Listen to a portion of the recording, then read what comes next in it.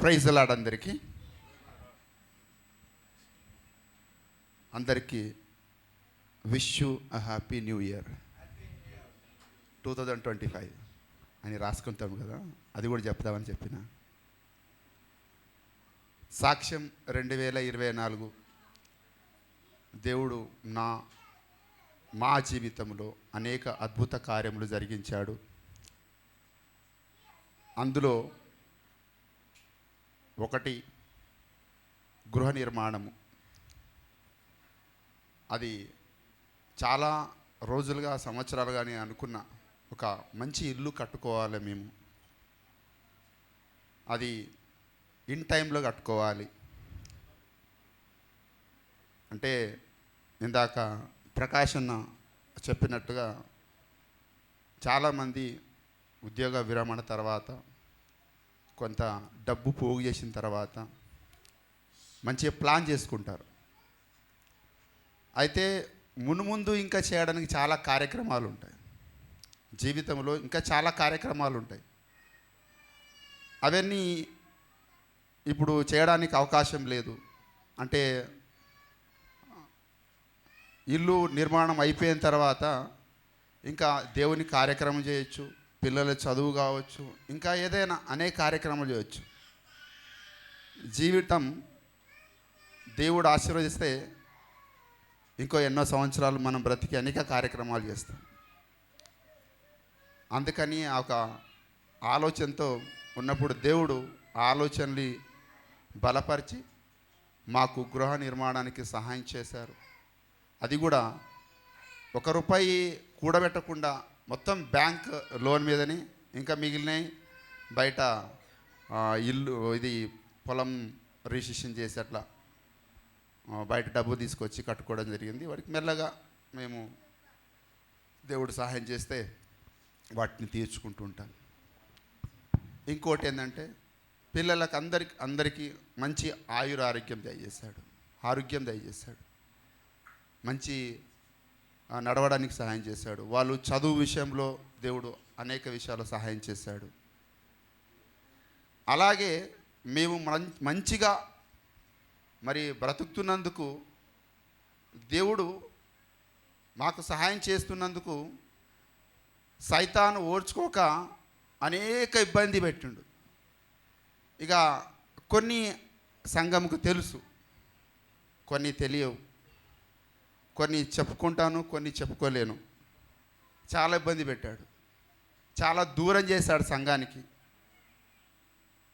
సంఘ కాపరి మా అన్నకు దూరం చేశాడు, మాట్లాడకుండా చేశాడు. అపవాది ప్రతి విషయంలో పక్కనున్న మనిషి లోపల జొర్రి నన్ను ఇబ్బంది పెట్టిండు, అవమానపరిచిండు, అవహేళన చేసిండు, ఏడిపించిండు, సావు దాకా తీసుకెళ్ళి కింద పడేసిండు. దేవుడు పట్టుకున్నాడు ఇట్లా సావకుండా. దేవునికి మహిమ కలుగును గాక. కొన్నిసార్లు నేను కొన్ని విషయాలు చెప్పుకోలేని చెప్పిన కదా, సూసైడ్ దాకా వెళ్ళిన. చెప్పలేను. ఆ చెప్పుకోవడానికి ఉన్న ఒక జిగురు బంధం నాకు అన్నకుంటుంది కదా, ఆ జిగురును తొలగించిండు సైతాన్ గాడు. ఆ విషయం కూడా చెప్పుకోలేకపోయినా. సో దేవుడు నన్ను ఇంకా ఆయన సేవలో ఆయన సేవకునికి తోడుగా ఉండాలని కోరుకున్నాడు. కాబట్టి నన్ను ఈ విధంగా నిలబెట్టిన అనుకుంటున్నా. దేవునికి మహిమ కలుగును గాక. సో 2024 కొన్ని కష్టాలు, కొన్ని సంతోషాలు, ఇరుకు ఇబ్బందులైనా మరి దేవుడు ఈ సాక్ష్యాన్ని చెప్పడానికి సహాయం చేశాడు.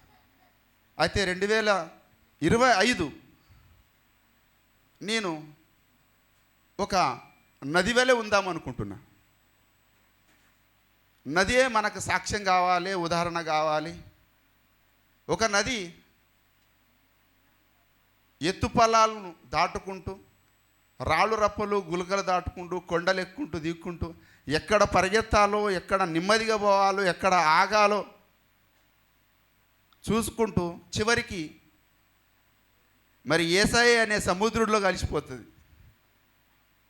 మేము కూడా స్పెషల్గా నేను అలా ఉందామనుకుంటున్నాను. ఎందుకంటే 24, 23 ఈ 2 కాంబినేషన్ 2 సంవత్సరాలు నాకు నడవకుండా చేసిన కొన్ని ఎత్తులు ఉన్నాయి, కొన్ని పల్లాలు ఉన్నాయి, కొన్ని రాళ్ళు ఉన్నాయి, కొన్ని రప్పలు ఉన్నాయి, కొన్ని మొద్దులు ఉన్నాయి. ఆ మొద్దులను చూసి రాళ్ళను చూసి నేను అక్కడే ఆగిపోయినా. దేవుడు నాకు ఈ వారం రోజుల నుంచి నువ్వు ఆగుతున్నావు కదా, నువ్వు సజీవుడవా నిర్జీవుడవా? మరి చచ్చిపోయిన వాడవైతే ఆగిపోతావు, బతికిన వాడవైతే వాటిని నెట్టుకుంటూ పోవాలి అని దేవుడు నాతో మాట్లాడుతున్నాడు. మరి నా గురించి ప్రార్థన చేయండి, నా కుటుంబం గురించి ప్రార్థన చేయండి. ఎంతలా నేను డిసైడ్ అయ్యానంటే, నాకు కనిపించిన వాడు ఇంతకు పోయిన వారంలో దేవుడు మాట్లాడా అన్న ద్వారా, శత్రువులు అమెరికాలో ఉండరు, ఆఫ్రికాలో ఉండరు, పక్క బీదర్లో కూడా ఉంటారు, 30 కిలోమీటర్లు. యాడు ఉంటారు అంటే పక్కలో ఉంటారు. పక్కలంటే ఎంత పక్కలు తెలుసా? మరి పక్కలు ఉంటారు, పక్కలనే ఉంటారు. మరి వాళ్ళు శత్రువులు అంటే కాదు, దుష్టుడు లోపల జొరితాడు, జొర్రి గెలుకుతూ ఉంటాడు, గొక్కుతూ ఉంటాడు, గిచ్చుతూ ఉంటాడు. ఎంత అంటే ఇక ఎద్దుకి వెనక నుంచి పొడుస్తుంది. దానికి ఏమంటారు అన్న గుర్తు చేయ ఒకసారి?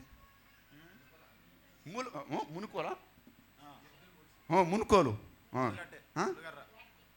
ఇట్లా కోస అట్ట దెబ్బకు చూసుకుంటే రక్తం రావాలి, చూసుకుంటే అట్లా ఉంటుంది.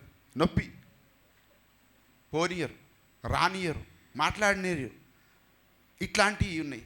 అంటే నేను ఎంత డిసైడ్ అయినానంటే, నా సంఘంలో ఉన్న సభ్యులు కాదు, నా కుటుంబంలో ఉన్న మా అన్ననో అక్కనో కాదు, ఎవరైనా పక్కన ఉన్న వాళ్ళు కూడా నేను ఆపితే ఆగదిగా, నేను ఆపితే ఆగద్దు.